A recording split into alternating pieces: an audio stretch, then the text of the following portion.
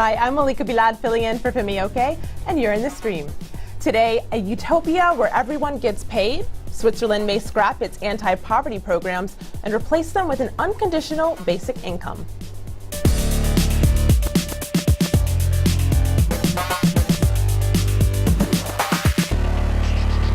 Guest digital producer Dan Ning is back in the hot seat, scouring through your online comments. What are you seeing so far? So people are telling us why they think a basic income might even be necessary in the first place. We have Nikul, look at my computer, in India. He's tweeting in, poor people have aspirations of their own, but they are deprived of any kind of opportunity due to widening inequality. So we want to hear from you, of course. Do you think your government should provide you with a basic income? Tweet us with the hashtag AJStream. Can't wait to hear those answers. Now, there are so many ways you can share your stories with us, and one of those is Google+. Just add the stream to your circle, and you too could be in the stream. I'm Ali Velshi, host of Real Money with Ali Velshi on Al Jazeera America, and I'm in the stream. So what is basic income? Well, it's the idea that everyone is entitled to a minimum income, whether they work or not, rich or poor. Everyone gets a check, and that's on top of any salary you may earn. In Switzerland, this may actually happen. The Swiss are set to vote on a referendum in May that would start paying every adult citizen more than $2,500 a month. Kids under 18 would get roughly $1,400 a month.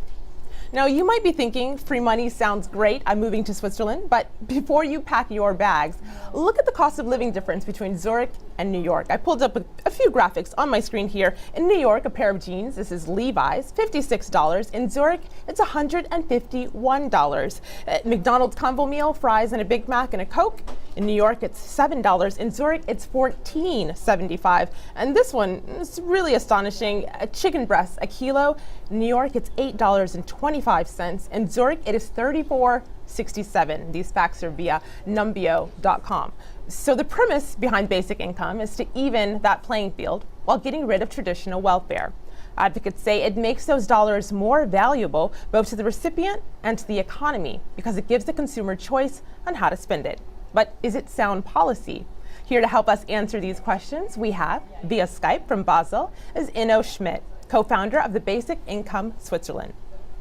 In Lyon, France, Stanislas Jourdan, coordinator with Unconditional Basic Income Europe. In Brussels, Francine Mestrum, founder of Global Social Justice. And in Toronto, Ash Navabi, a blogger with the Mises Institute Canada. Well, let's jump right in. Enno, I want to start with you. You're an average citizen in Switzerland, and this idea sounds pretty far-fetched to the rest of us who aren't there. So help take us through it. How would this change your daily life? So that's a question by everybody, him or herself. And first, I guess it's important to understand this simple idea. And the simple idea is that there is an unconditional basic income. Everybody needs money to live. Everybody has a basic income. And the point is to change this in the unconditional. So that's not money on the top. You can think it like that, but then think further on what will happen. What will happen is that the salary and wages are new in a negotiation, and maybe they fall. The idea is simply to say we can and we have to set the people free by livelihood. It's not a question of free market to be sure to live. And so we take this out of the negotiation of markets and do it to a democratic right. It's like right to live, and this in the way that it is from birth to death for everybody unconditionally an income. And so this, I guess, it will change the society and the life of the people to be more able to be active in the real demand and to look what's going on today and how you want to be with your skills and how what would be the government incentive, though, to do that? What would this free people up to do? So you can ask yourself. For a lot of people, nothing will change. A lot of people are in their jobs comfortable and they want to do it. But a lot of people wants to create more and wants to act in another way, for example, or take more care to their children, to other people. And what we have this productivity by machines and by goods and all this stuff, but we have less and less humanity. All right. thinking about other people's. More productivity, less humanity. That's an interesting point. Yeah, I'd like to jump in here. I have a question for Ash in Canada. Ash, we asked people if people were provided with a basic income, would there be incentive to work? And we have a response here on Twitter. Lieber says, great question, but I think it will promote laziness. Why work then? And then she got some pushback though. B9 says, humans biologically want activity, else they'll find activity that suits them. Thus, basic income increases in efficiency. Ash, I want your thoughts on that. What do you think? So labor is actually a means to an end. And for most people, that end is leisure. And leisure is actually doing whatever you want. What the basic income does is that it subsidizes leisure. And that creates a disutility for labor that's doing work at wages for someone else. So that's taking people out of the workforce, right? So because if you can make a certain income without doing any labor, then you're just not going to do that work. And in that case, that's going to reduce the labor pool. That's going to also reduce the tax base, right? Because if people are working less, they have less income, so less taxable income. So the governments have a smaller tax base to collect the revenue to fund the basic income itself. Well, Ash, you're saying that this could take people out of the labor force, but as you Yes. heard in the very intro, and I pulled up another picture here, that the cost of living is so high here. A loaf of bread in Zurich is $3.35. Even with this basic income, what would that really do? Francine, I want to go to you because I know that you were agreeing with one of the tweets that this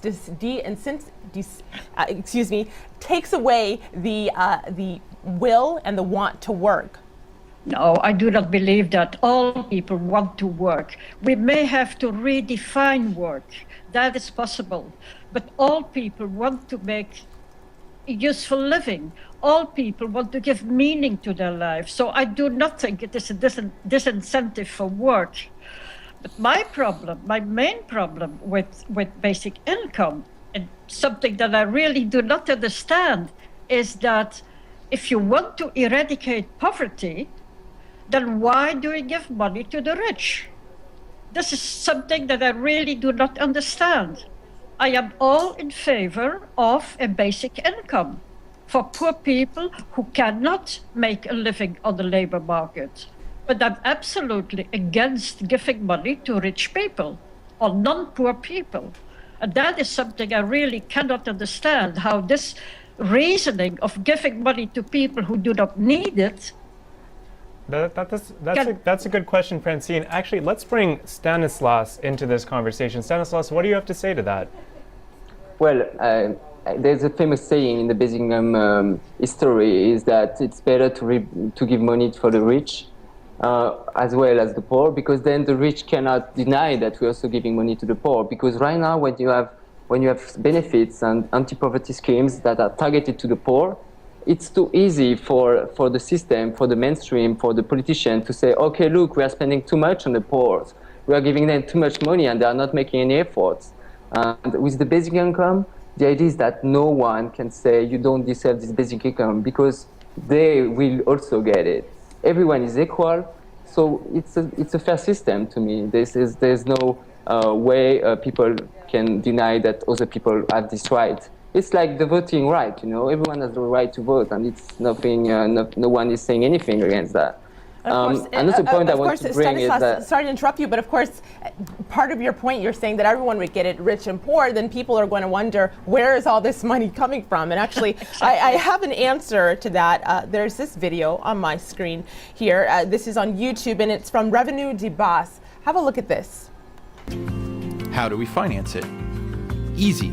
We have several proposals. Financial and high-income taxation, a consumption tax on luxury goods and polluting products, and mainly self-financing by simplification of a very long list of current social transfers and associated public services, which have become obsolete. Those social services. So we wanted to know, Who's footing the bill? Just really spell this out. So I pulled this up. The total cost of this scheme would be $237 billion. $10 billion would come from taxing families with kids. $34 billion would come from taxing the poor. But there's $23 billion to be made up. Enno, where is that going to come from? So I think it's nice to have these numbers. But the system is, again, I say, it's not possible to make very clear numbers in the moment. The principle is an unconditional basic income high enough to live will lead to new negotiations. Like you said, the most of the social security benefits can fall down, and salaries and wages, in a free way by negotiation, will fall. And that means prices can go down. The costs of work are not so high. And that means on the prices can be a value-added tax or consumption tax or tax for unconditional basic income, what brings this money to this unconditional basic income. And in Switzerland, for example, we say it could be a number of we have 200 billion of the whole, and maybe 10 billion, maybe such a number is more money. So, but this is the last point of the discussion. The first point is, do we want that? And if we want that, we can finance it. It's not a question of the money. And the first point is, if I can say that, it's a question, what is the meaning of work? What is with this old struggling rich and poor, all these old stories? Let's go to a new part of the discussion, not this class struggling, not this against the rich, against this. Francine, go ahead. No, I cannot agree with that, because precisely what we have seen in the past decades is growing inequalities, and we have to do something about it. Yes, and that is also my problem with basic income. I'm sorry, because it is not only, but also a matter of money indeed. If you want to give money, that amount, to all the people, you necessarily have to dismantle your whole social protection system. And that is a system that has been built over the past century with lots of social struggles. And I, for myself and for others, not prepared to abandon this. Stanislas, you're shaking your head. Why? Because I think it's a wrong idea to imagine that basic income will replace all the welfare system. It's actually what we say with the basic income Europe is that we say it should complement and improve the current welfare, but it should not destroy it. And actually, when you look at the figures, like in France, we could perfectly have a basic income at 500 or 600 euros and still keep the pensions, still keep the unemployment benefits, and of course keep our healthcare services. Okay. This is totally plausible. It's just a matter of, do we want to, as Enno said, and you know, it's funny because this question of financing, everyone is asking all the time, how do you finance it? But actually, there is not a single economist I know who have made a demonstration that it's not possible to finance a basic income. Neither do we first. We have hundreds of models. We have hundreds of models that show different proposals, different ways of financing basic income. So I really think it's really a myth that we don't have the money, that we need to tax more people to get it. It's not true. Well, Stanislas, you say it's a myth. I will say that Francine does not look convinced. So I want to get the view from a neutral party. Dan Ming, what's our community saying? Well, we have a community member, Maria, who left a video comment. I want to play it, and then I'm going to pose it to you, Enno. So take a listen. I don't disagree that there's a problem in the disparity between the rich and the poor. But I think that giving everybody a base income won't help with that problem. Rich and poor are not absolute terms, they're relative. So just giving everyone a base income will not change that at all. The rich will still be rich, the poor will still be poor, relatively speaking, in the environment in which they live. So Enno, what do you think of that? Do you think that a basic income would actually start to close the gap between the rich and the poor? Yes, I think that... Francine doesn't think Enno so, but first. Enno, let's get your thoughts. First, so I think that because it changes the mentality. Today, it's to be a winner to be rich, to have no idea but many money and more and more. And this is the problem in today, to have no ideas and to no activities, but more and more money. Profit is the goal of an enterprise. That is wrong. An unconditional basic income makes you free to think about what economy is, what work is, and it's not to be the strong people with many money. People who want that, that's fine, they can do that. But the main point is to abolish this brutal need and poorness by the people. And then it's really not the matter how many other people have. So this is the point for me, to abolish this, this wrong discussion, this wrong fighting against, and to create a new atmosphere, a new quality of acting and thinking and living together. I agree with that. I agree with that objective, but I think basic income is not the right instrument to do that. Well, what is the right instrument to do that? The right instrument to do that is to have a decent, very general, universal social protection system that works on redistributing incomes and that can indeed close the gap between rich and poor, because that is also the problem so with basic Francine, income. and that solution that you put forward, are the trade unions for that? Is that something that they could fill that gap, that they could be the ones advocating for that? Of course they should. They should work at modernizing social protection in a better way than it is done today. And they should indeed take care of the poor by giving a basic minimum income to the poor, but not to other people. We have calculations for Belgium. A basic income system would cost 24% of our GDP. That is exactly what our social protection system is costing today. So you either have one or you have the other. And again, I am not prepared to give up social rights, economic rights that workers have been fighting for decades. And I think we should respect that past and should try to preserve our social protection systems. Because, one more sentence, if I'm allowed, there is another problem with basic income.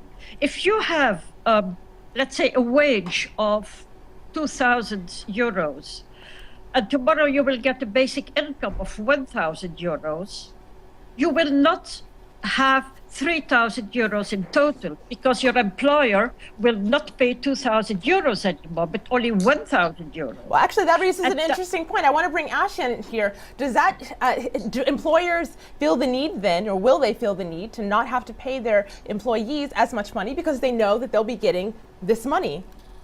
Well, it wouldn't be so much the employers wouldn't be willing to pay that much money, but the employees will be actually working less, because if they're already working 40 hours a week, most people aren't happy working 9 to 5, dealing with traffic every week. Well, it's good news because we have and if they're making, millions if they're of unemployed working 40 people hours a who week to get the make jobs that 2,000. people are leaving their jobs.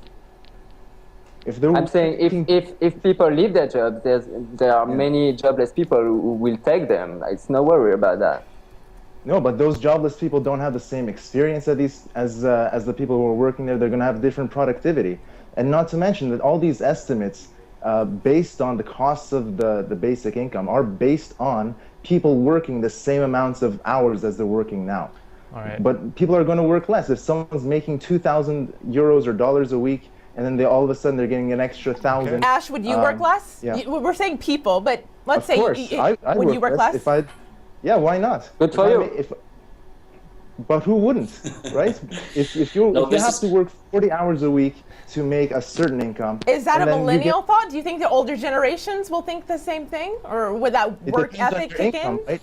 It depends on how much you're making for your income. And what would you do with your extra hours? People at the lower end are going to work less because they're working more hours. Ash, what would you do with your extra hours? I'd read. Look at all these books. No, Ash, I don't believe that. Ash, I don't believe that. It's a point. It's an important point. You talk about other people, and maybe you are right. But first, look to yourself, or everybody in this circle, or everybody from the audience. Ask yourself, what will you do? And then you realize, you, for example, absolutely sure. You do your work because you are engaged. You love it. You like it. You have a question in this. You have your skills in this. You have the people around you. You like. You want to be part of it. And this, for example, is for the most of the people the value of work, to do something good for others. I will agree, Dan and I love our jobs. It's a great job. I actually want to, we have our community members responding. Just 1 second, Ash. So Yanis writes in on Twitter that a basic income would encourage long-term projects, risk-taking, and discourage people from taking substandard jobs. Pretty optimistic about it. But then we have a video comment, and I want to pose this to you, Stanislas. Take a listen. Here's Chinasa from Nigeria. It's a good initiative, and I really must commend the government of Switzerland. It can be applicable to Nigeria too.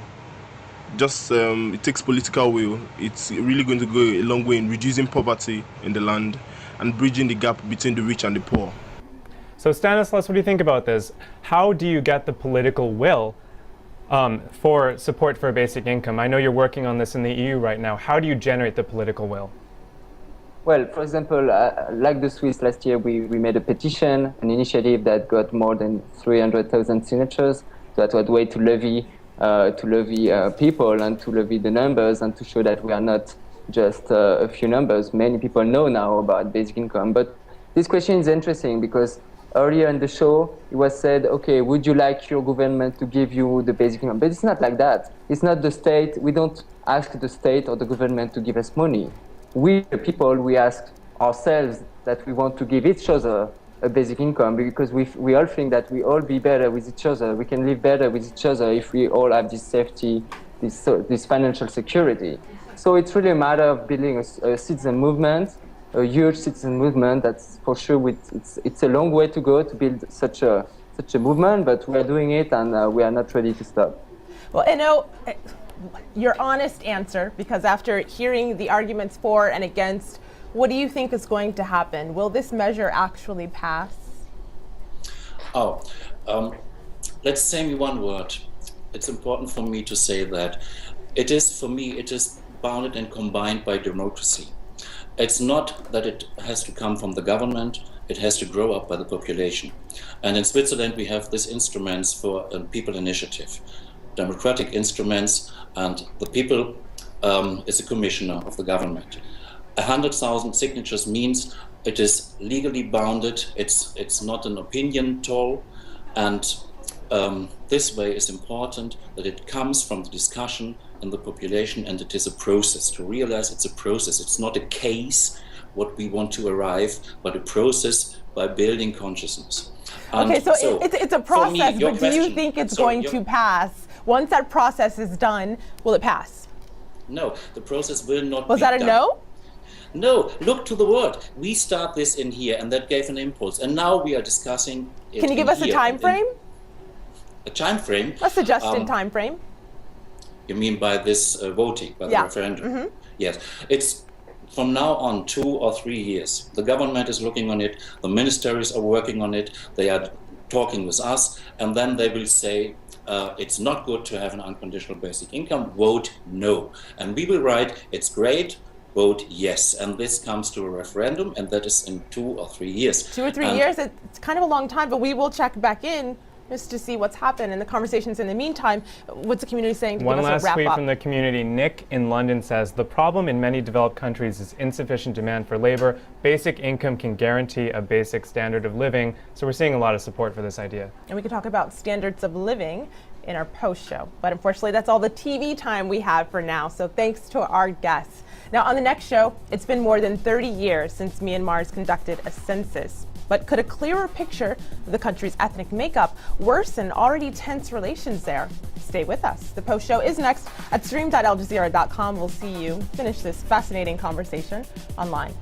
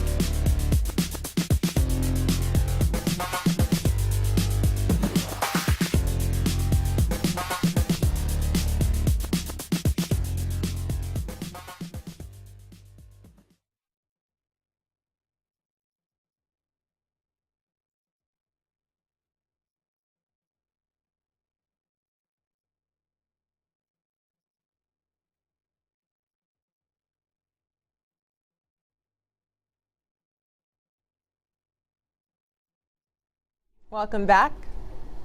Welcome back. This is the Stream's online post show. Let's get back to the conversation about basic income and whether or not it's sound economic policy. Now, before we ended the main show on TV, we had a tweet talking about standards of living. Yeah, so Nick asked about standards of living, and now I want to segue back to what Malika brought up at the very beginning of the show. The cost of a chicken breast is $34 in Switzerland.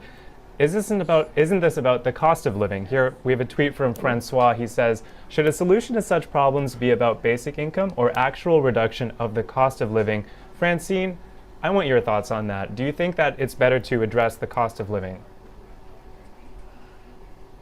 These things go together necessarily, I think. But again, my point is, I am not against giving a minimum income to poor people so that they can have a decent standard of living. But in order to do that, you do not have to give money to the rich, because there is a financial problem. You do not have enough money to pay all a decent income. And the risk with basic income is that you give half of what is necessary for a decent income, and people will necessarily have to add mini jobs at in very bad labor conditions. But of course, you would still have the trade unions, and can't they negotiate and bargain for those things for working conditions? Francine? Sorry? You would, of course, still have trade and labor unions, so can't they then bargain for those better working conditions? Yeah, they have to, but if you only need a mini job, like what exists today in Germany, there is very little leverage that you have to really fight for better working conditions, because these are temporary jobs. These are jobs that are not linked to organizations, to trade unions, etc. And that makes it so very difficult. Enno, you're motioning.